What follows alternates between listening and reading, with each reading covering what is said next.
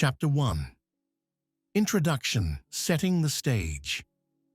I grew up in a neighborhood where life was simple. We didn't have much, but we had enough to get by. My parents taught me the value of hard work early on. They always said, if you want something in life, you've got to earn it. And that's exactly what I did. I didn't dream of fame or fortune. I dreamed of finding a good woman, starting a family, and building a life together. From a young age, I believed in loyalty. I believed in the kind of love that would last a lifetime. I wanted to find someone who would love me for who I was, not for what I could give her.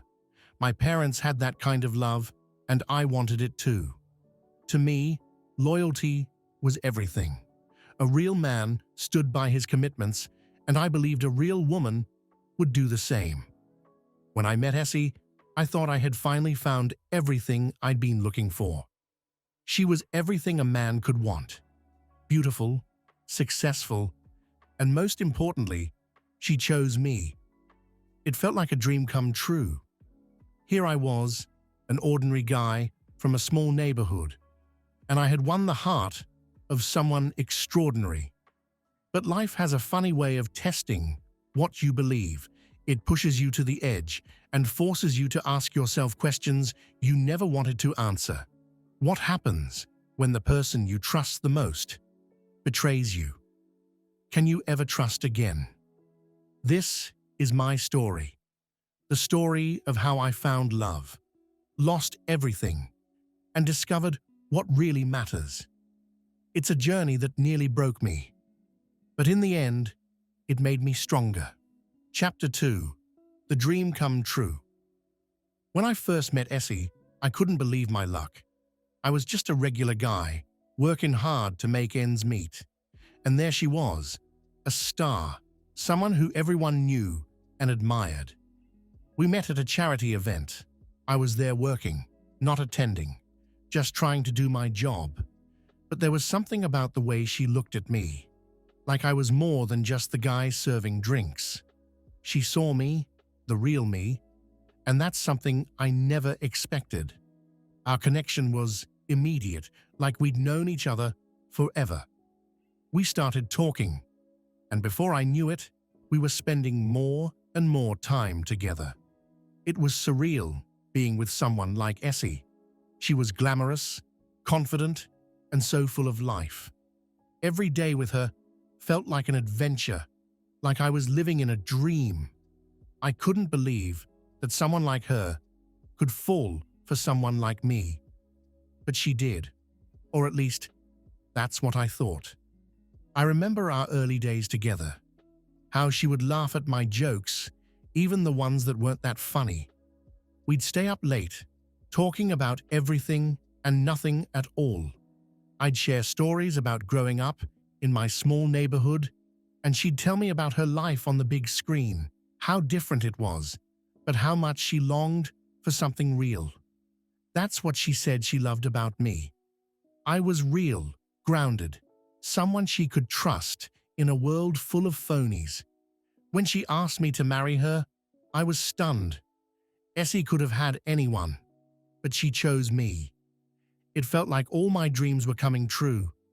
I remember standing at the altar, looking at her in that white dress, thinking I must be the luckiest man alive.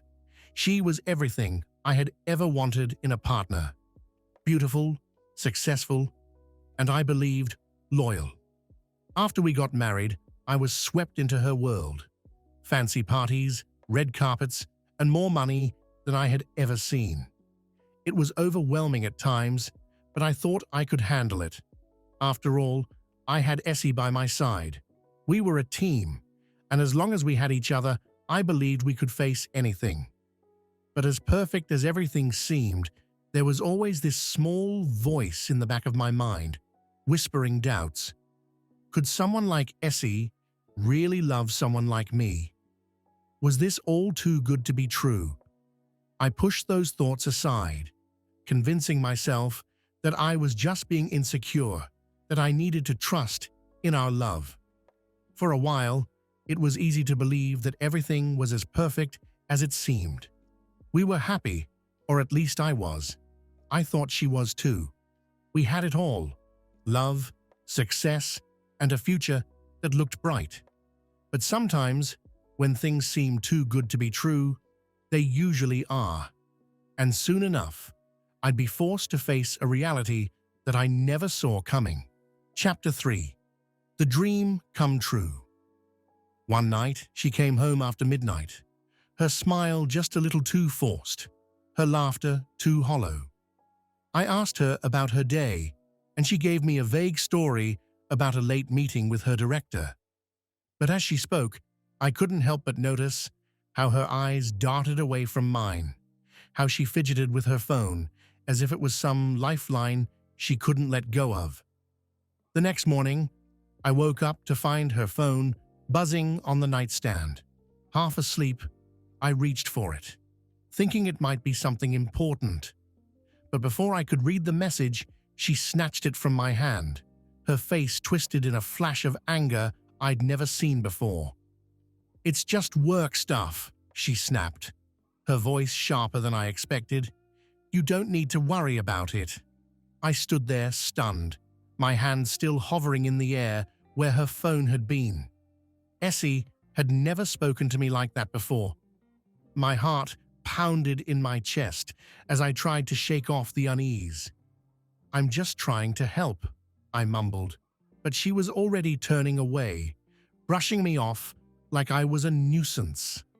That night, I lay in bed, staring at the ceiling, unable to sleep. I kept replaying the day in my mind, trying to make sense of what had happened. Was I overreacting? Was it just the stress of her job getting to her? But no matter how much I tried to rationalize it, the feeling that something was wrong only grew stronger. Days turned into weeks, and the distance between us widened. Essie's late nights became routine, her absences more frequent. Sometimes she'd come home smelling like expensive perfume that wasn't hers, or with her hair slightly disheveled, as if she'd been caught in the middle of something she didn't want me to know about. My heart ached every time she walked through that door, looking like she'd been somewhere I didn't belong. I tried to confront her one evening, my voice trembling as I asked if there was something she needed to tell me. She looked at me, her eyes cold and distant, as if I was a stranger. "You're being paranoid, John," she said, her tone dismissive. "You knew what my life was like when we got married. This is just how it is." But it wasn't just the late nights or the secretive phone calls. It was the way she looked at me, or rather, the way she didn't. The warm, loving gaze that used to greet me was gone, replaced by something distant, almost indifferent. I felt like I was losing her, like she was slipping away, right before my eyes, and there was nothing I could do to stop it. Then came the night that shattered the fragile illusion I was desperately clinging to. She came home drunk, her clothes slightly askew, and a smear of lipstick on her collar that wasn't her shade. She stumbled through the door, laughing at something that didn't seem funny, her eyes glazed over. I asked her where she'd been, trying to keep the tremor out of my voice, but she just waved me off, muttering something about a rap party that went late. But it wasn't the words that hit me. It was the look in her eyes, cold, almost mocking. I stood there, my heart pounding in my chest, feeling like the ground beneath me was crumbling. This wasn't the woman I married. This wasn't the woman who promised to love me forever. That night, I couldn't sleep. My mind was racing, my thoughts spiraling out of control. I replayed every conversation, every excuse she had given me, and suddenly, it all seemed so obvious. The late nights, the secretive phone calls, the perfume, the lipstick, it all pointed to one thing. But I wasn't ready to face it. Wasn't ready to admit that the life I thought we had was nothing more than a lie. I tried to push the thoughts away, but they kept coming back, like a nightmare I couldn't wake up from. What if she was seeing someone else? What if everything she had told me was a lie? The fear and doubt gnawed at me, eating away at the trust I had in her, the trust I had in us. But the worst part was the loneliness. Even when she was there, I felt utterly alone, like I was invisible, a ghost in my own home. I wanted to confront her, to demand answers, but I was terrified of what I might hear. What if she admitted it? What if she told me she didn't love me anymore? I wasn't sure I could handle that, so I stayed silent, hoping that somehow things would go back to the way they were. But deep down, I knew that something had changed, something that couldn't be undone. The first signs of trouble were there, staring me in the face. And no matter how much I tried to ignore them, I knew that my world was about to come crashing down. Chapter 4: The Devastating Discovery. The day my world came crashing down started out like any other. I went to work, trying to push the nagging doubts about Essie to the back of my mind. I told myself I was being paranoid, that she loved me, and that everything would be fine if I just stopped overthinking. But as much as I tried to convince myself, there was this heaviness in my chest that I couldn't shake. That evening, after dinner, I noticed Essie was unusually quiet. She spent most of the night glued to her phone, her face illuminated by the cold, blue light of the screen.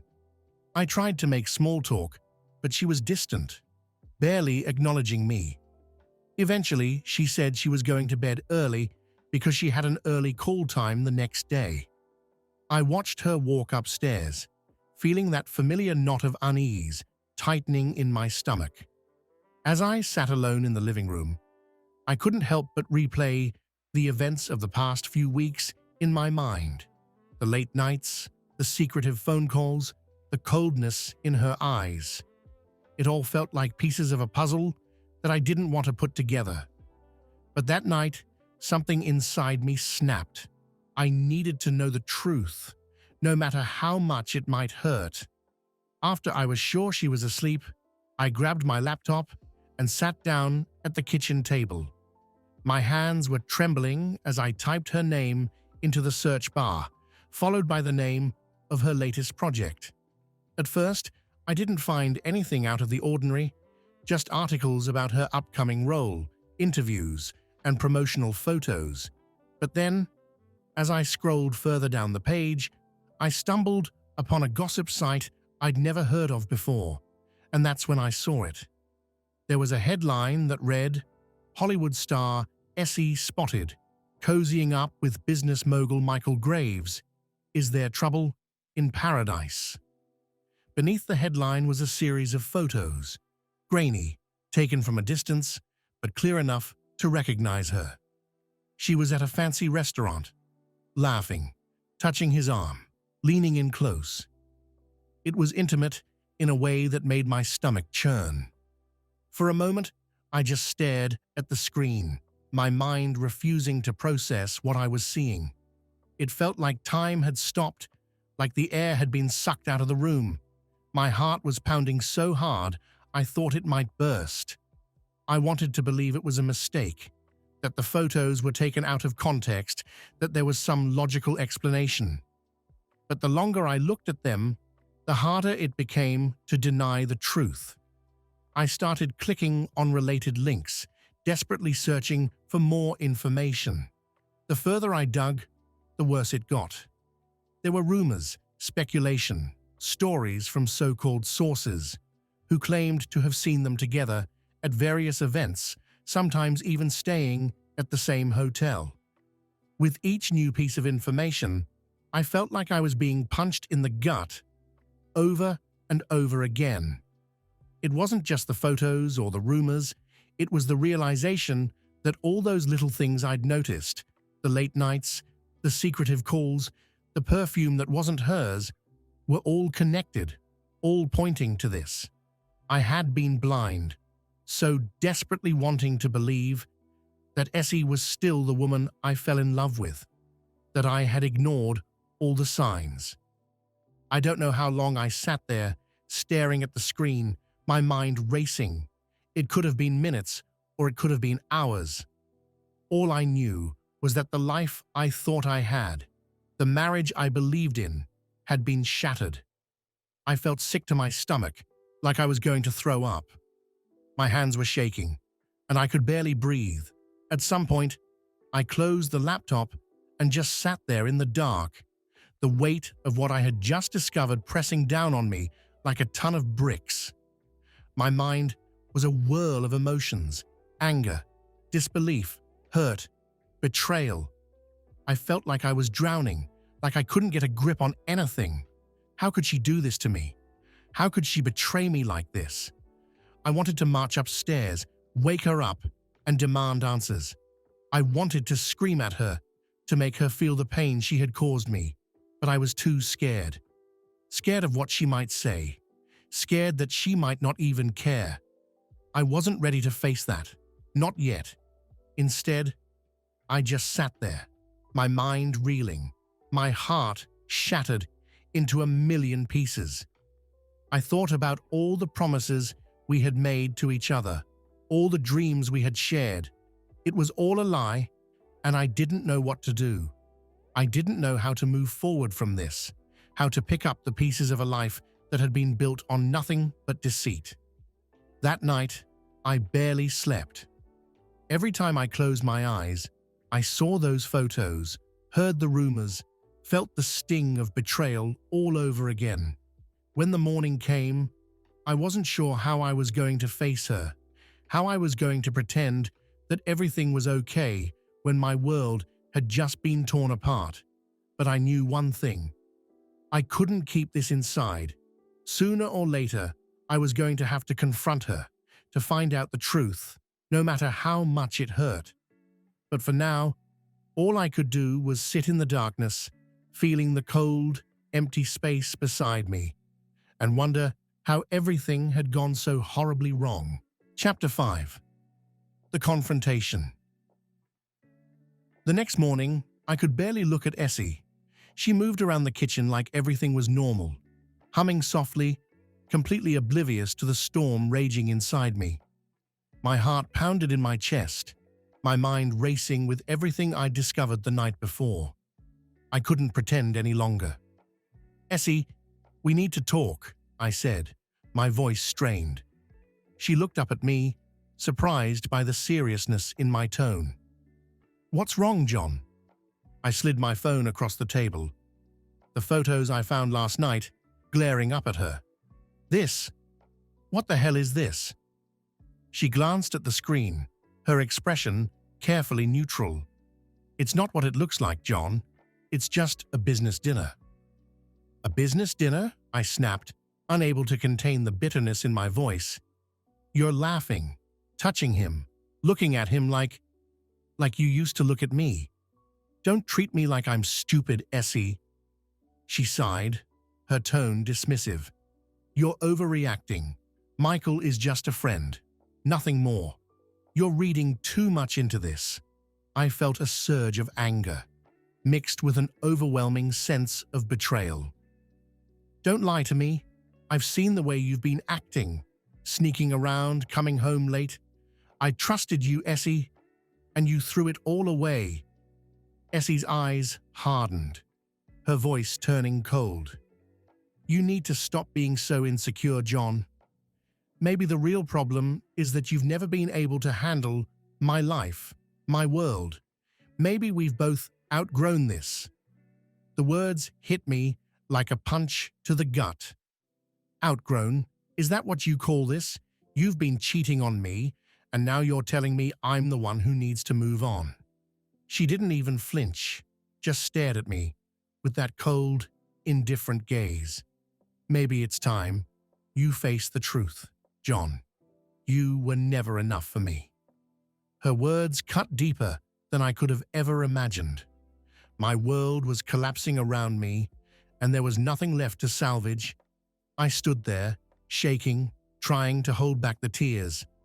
"Fine," I finally managed to say, my voice hollow. "If that's how you feel, then we're done. I'm done." Without waiting for a response, I turned and walked out, leaving behind the life I thought we had. As I stepped out into the cold air, one thing was clear.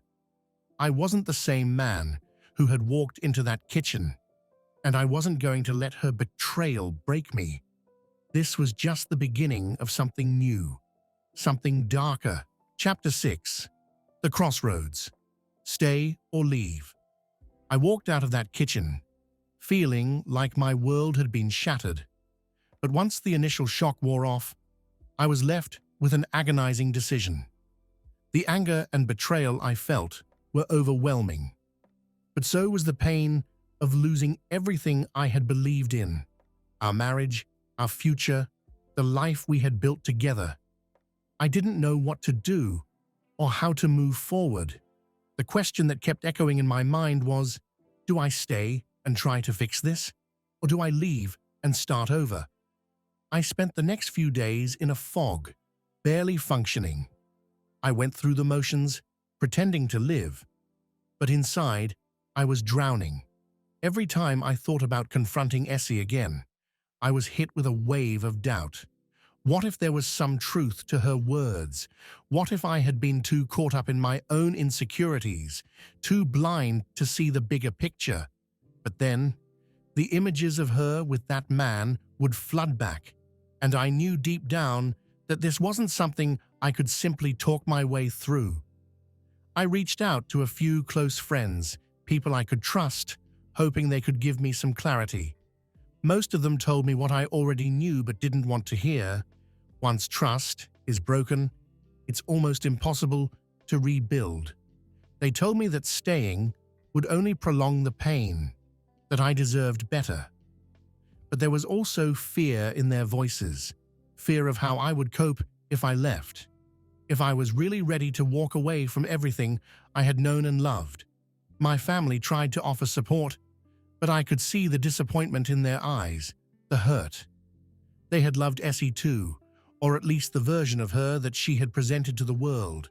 They wanted me to fight for our marriage, to try and salvage what was left, but even they couldn't ignore the reality of what had happened. The nights were the worst. I'd lie awake, staring at the ceiling, my mind spinning in circles. I'd go over every detail of our relationship, searching for signs, for something I might have missed. Part of me wanted to believe that this was just a rough patch, that we could work through it. But another part knew that the damage was done, that something had broken between us that could never be fixed. Then there were the moments when I'd catch myself thinking about the future, about what it would mean to leave. The idea of starting over was terrifying. I had built my life around Essie, around our marriage. Without her, what was left? I was scared of being alone, of failing at the one thing I had always believed in: love. But with each passing day, the reality became clearer. Staying would mean living in the shadow of her betrayal, constantly wondering if she was being truthful, constantly questioning myself. I would never be able to look at her the same way, never be able to trust her again. And without trust, what kind of marriage would we have? I finally reached a breaking point one night when I caught myself staring at our wedding photo, my eyes locked on her smile, wondering how much of it had been real. That's when I knew I couldn't do this anymore. I couldn't keep pretending that everything was okay, that we could somehow make this work. It was time to face the truth, as painful as it was. Essie had made her choice, and now I had to make mine.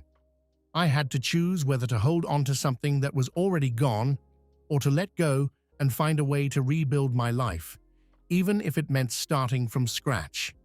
In the end, I chose to leave. It wasn't an easy decision. Nothing about this was easy. But I knew that staying would only destroy me further, and I couldn't let that happen. I had to find the strength to move on, to pick up the pieces and start again. And so, with a heavy heart and a mind full of uncertainty, I began the process of letting go, of saying goodbye to the life I thought I had, and stepping into the unknown. Chapter 7. The Decision to Leave. Deciding to leave wasn't something that happened all at once. It was a gradual, painful realization that staying with Essie was no longer an option. Each day that passed after our confrontation only made it clearer. There was nothing left to salvage. The trust was gone, and without it, the foundation of our marriage had crumbled beyond repair. I spent those days lost in thought, trying to convince myself that maybe somehow we could find a way to fix things. But deep down, I knew that no amount of effort could rebuild what had been destroyed. The lies, the betrayal, they had dug too deep, leaving scars that would never fully heal if I stayed. One evening, I came home late. The house was eerily quiet, and I found Essie sitting in the living room, her eyes red from crying. I hesitated for a moment, but I knew what had to be done. I couldn't keep living in this limbo, pretending that things could ever go back to the way they were. "Essie, we need to talk," I said, my voice steady but heavy with the weight of what was coming. She looked up at me, her expression a mixture of sorrow and resignation. "John, please." But I couldn't wait any longer. "I can't do this anymore," I continued, my words cutting through the silence. "This marriage, it's over. We both know it." Tears welled up in her eyes, and she nodded, her voice barely a whisper. "I'm sorry, John." Her apology was sincere, but it couldn't change what had happened. "I know you are," I said, my voice softening. "But it's too late. We both need to move on." That night I packed a bag and walked out of the home we had shared. It was the hardest thing I'd ever done, leaving behind the life I had once believed in so deeply. But I knew it was the only way to start healing, to begin the process of finding myself again. As I drove away, there was pain, but also a sense of relief. The decision was made, and there was no turning back. I didn't know what the future held, but I knew one thing. I couldn't let this break me. I had survived the worst, and now it was time to rebuild my life, one step at a time. Leaving Essie was the first step toward reclaiming my life, toward rediscovering who I was without her. It hurt more than I could have imagined, but it was the only way forward. Sometimes the only way to heal is to let go, no matter how much it tears you apart. Chapter 8. The Revenge. Leaving Essie should have been the end of it, but the anger, the betrayal, it all stayed with me. I couldn't shake the feeling that she had gotten away with something terrible, that she had destroyed our marriage, my life, and just moved on like it didn't matter. I wanted her to feel the pain she had inflicted on me. I wanted her to face the consequences of her actions, just like I had to. At first, I tried to bury those feelings, to focus on moving forward, but they kept gnawing at me, refusing to be ignored. Every time I saw her face on a magazine cover, smiling like she didn't have a care in the world, it was like a fresh wound reopening. I knew I had to do something. I had to make sure she didn't get away unscathed. So I started gathering evidence. I still had those photos, the ones that had shattered my world, and I began digging deeper. I contacted a few people I knew from the industry, friends who were more than willing to share the latest gossip. The more I learned, the angrier I became. Essie and her new lover, Michael Graves, weren't exactly being discreet. They were out there, flaunting their relationship, acting like they had nothing to hide. I reached out to a journalist, someone who specialized in exposing Hollywood scandals. I handed over everything I had, photos, dates, rumors, and let them do the rest. It didn't take long for the story to break. Suddenly, Essie wasn't the beloved actress everyone adored. She was the woman who had cheated on her husband, who had betrayed the vows she'd made in front of the world. The backlash was immediate. Her fans, the people who had once idolized her, turned against her. The tabloids had a field day, and her once spotless image was dragged through the mud. Endorsements were pulled, projects were put on hold, and the public's adoration quickly turned into disdain. For a brief moment, I felt a twisted sense of satisfaction. She was finally feeling the pain she had caused me, finally facing the consequences of her actions. But as the days went by, that satisfaction began to fade, replaced by a hollow emptiness. Revenge hadn't healed me, it hadn't made the pain go away. If anything, it had only deepened the void inside me. I realized that no amount of public humiliation or career ruin could undo what had been done. Essie's life was falling apart, but so was mine. The revenge that I had thought would bring closure only left me feeling more lost, more alone. In the end, I had to accept that revenge wasn't the answer. It hadn't brought me peace, hadn't given me back what I had lost. All it had done was drag me deeper into the darkness, into a place where I no longer recognized myself. Essie had paid the price for her betrayal, but I was the one who had to live with the consequences of my own actions. It was a bitter lesson to learn, but it was one I needed. Revenge had been my way of holding on to the past, of refusing to let go. But now, as I watched the fallout of what I had set in motion, I knew it was time to stop looking back and start finding a way to move forward. The revenge hadn't brought me the closure I sought, but it had shown me something important. It was time to let go, to release the anger and pain that had been consuming me. Only then could I begin to heal and truly start rebuilding my life. Chapter 9. The Journey to Healing. After the dust settled from the revenge, I was left with a stark realization. The satisfaction I had hoped for was fleeting, and the emptiness inside me had only grown. It was clear that I needed to heal, not just from what Essie had done, but from the bitterness and anger that had taken root in my heart. I couldn't let those feelings define me, or I'd be trapped in the past forever. The first step was acknowledging the pain I was in, admitting that I wasn't okay. For a long time, I'd been trying to be strong, trying to push through the hurt by myself, but it wasn't working. I needed help. So, I reached out to a therapist, someone who could help me untangle the mess of emotions that had taken over my life. At first, it was hard to open up. I wasn't used to talking about my feelings, especially not with a stranger.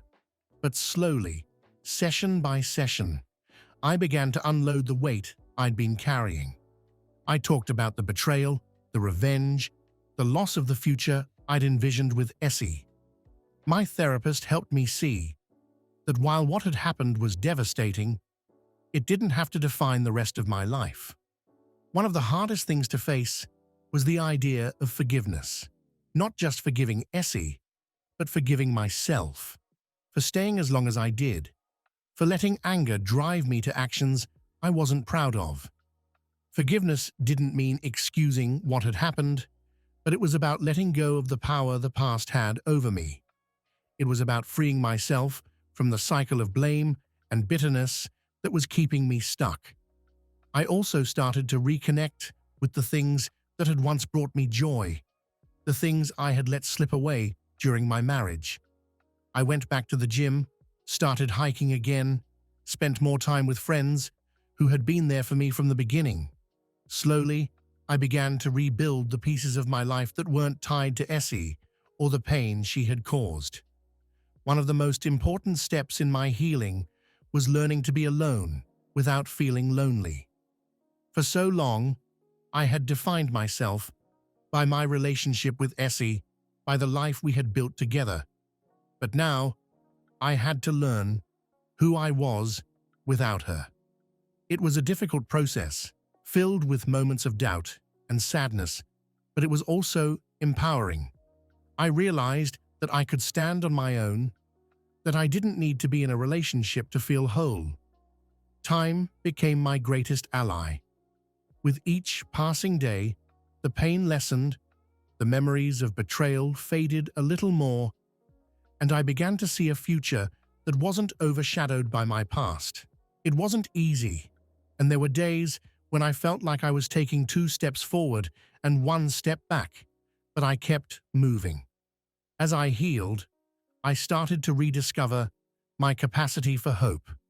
I began to believe that there could be happiness after heartbreak, that my story wasn't over just because 1 chapter had ended so painfully.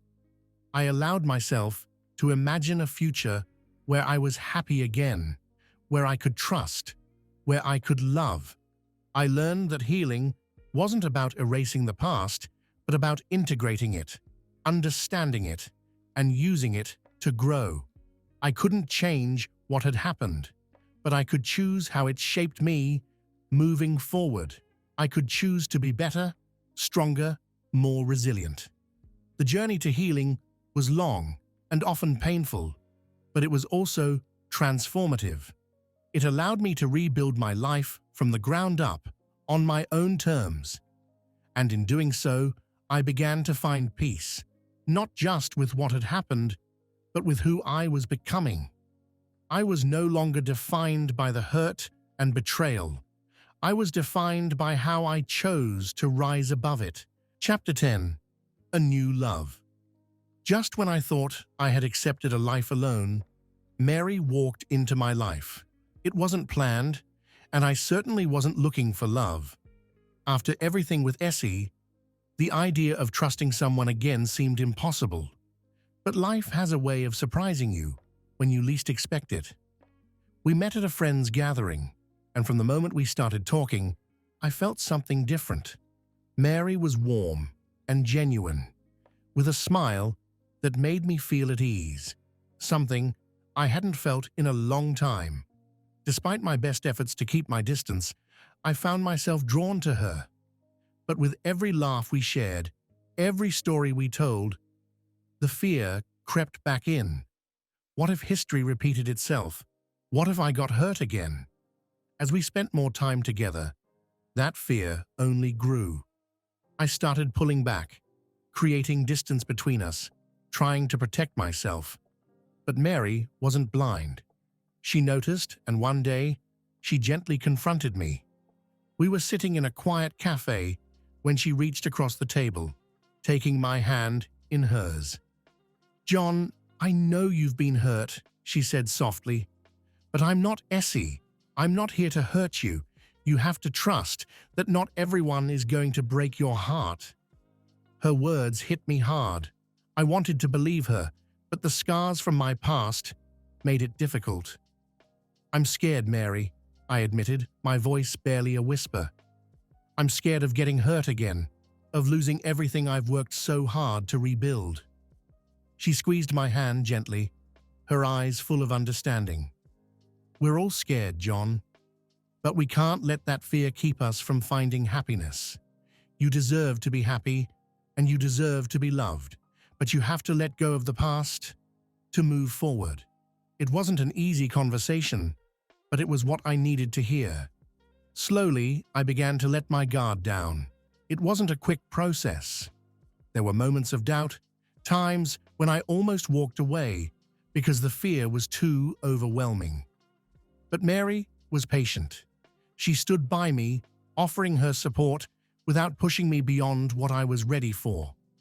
With time, I started to trust her, to believe that maybe, just maybe, this could be different. Mary showed me that love didn't have to come with pain, that it was possible to care for someone without the constant fear of betrayal hanging over my head. One evening, as we sat together, watching the sunset, I realized something. This was the kind of moment I thought I'd never have again, the simple, peaceful joy of being with someone who cared for me, who wanted the best for me. I turned to Mary and confessed, "I'm still scared, but I'm also starting to hope again." She smiled, her eyes shining with both compassion and strength. "John, hope is the first step. The rest we'll take together." In that moment, I chose to let go of the past, to open my heart to the possibility of love again. It wasn't easy, but with Mary by my side, I began to believe that this time could be different, that this time I could find the happiness I once thought was lost forever. Mary helped me rediscover who I was, and together we started a new chapter, one built on trust, understanding, and a shared belief that love could heal even after the deepest wounds. Chapter 11, Final Resolution. Closing the loop. As time passed, I found myself reflecting on the journey that had brought me to this point. The pain, the betrayal, the anger, they had all been overwhelming, consuming me in ways I never imagined possible. But now, sitting here with Mary, I realized how far I had come, how much I had grown. There was a time when I couldn't see past the hurt, when I believed that my life would always be defined by what Essie had done to me. But now, those memories felt like they belonged to someone else, a different version of me who had been lost in the darkness. Mary had helped me find the light again, had shown me that life could be beautiful, even after the worst kind of pain. The most important lesson I learned through all of this was that healing isn't about forgetting the past. It's about making peace with it. I had to accept that what happened with Essie would always be a part of my story, but it didn't have to define my future. I could choose to let go of the bitterness, to forgive not just Essie, but myself as well, for the mistakes, the regrets, the what-ifs. As I looked at Mary, I knew that I had been given a second chance at happiness. It wasn't something I ever thought I'd find again, but there it was, right in front of me, in the form of a woman who loved me for who I was, flaws and all. I had gone through hell, but I had come out stronger, wiser, and more grateful for the good things in life. The loop that began with Essie's betrayal had closed, but not in the way I had expected. It didn't end with revenge or bitterness. It ended with love, with a new beginning that was built on the lessons I had learned. I had been to the depths of despair, but I had found my way back, and now I was ready to move forward. The fear, the doubt, they would never disappear entirely, but they no longer held the power they once did. I had taken control of my story, and with Mary by my side, I knew that the future was full of possibilities. It wouldn't be perfect, no life ever is, but it would be real, and it would be ours. As I held Mary's hand, I realized that the journey I had been on wasn't just about surviving. It was about thriving, about finding hope and love, even in the darkest of times. And as we walked forward together, I knew that I had finally found the resolution I had been searching for, the closure that had seemed so elusive. This was my new beginning, and it was filled with more than just happiness. It was filled with peace, with acceptance, and with the belief that no matter what had happened in the past, the future was still mine to shape, and that more than anything was the greatest gift of all. Chapter 12. Conclusion and Call to Action. As I sit here, reflecting on everything that has happened, I'm filled with a swirl of emotions, relief, gratitude, and yes, even a little sadness for what was lost. But more than anything, I'm proud. Proud of the journey I've been on. Proud of the strength I found within myself. And proud of the man I've become. There was a time when I thought my story was over, that the pain and betrayal would define me forever. But I was wrong. My story wasn't over. It was just beginning. I learned that life doesn't end when we're hurt. It begins anew, shaped by our choices, our resilience, and our willingness to keep moving forward. To those of you watching, I want you to know that no matter what you're going through, no matter how deep the hurt or how impossible the future may seem, there is always hope. You have the strength within you to overcome even the darkest of times. I'm living proof of that. Maybe you're facing your own betrayal, your own heartache, and it feels like the world is crumbling around you. I've been there. I've felt that pain, that overwhelming sense of loss. But I'm here to tell you that it doesn't have to be the end. It can be the beginning of something new, something better. I found love again. I found happiness.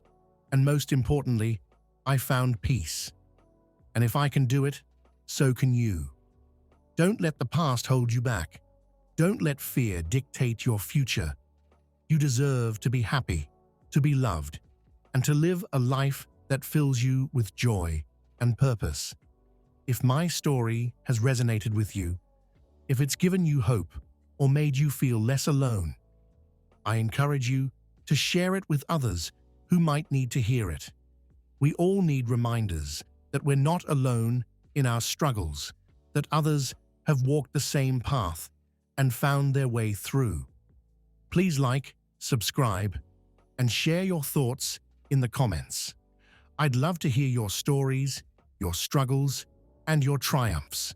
Let's create a community where we support each other, where we lift each other up, and where we remind each other that no matter what happens, there's always a way forward. Thank you for listening to my story.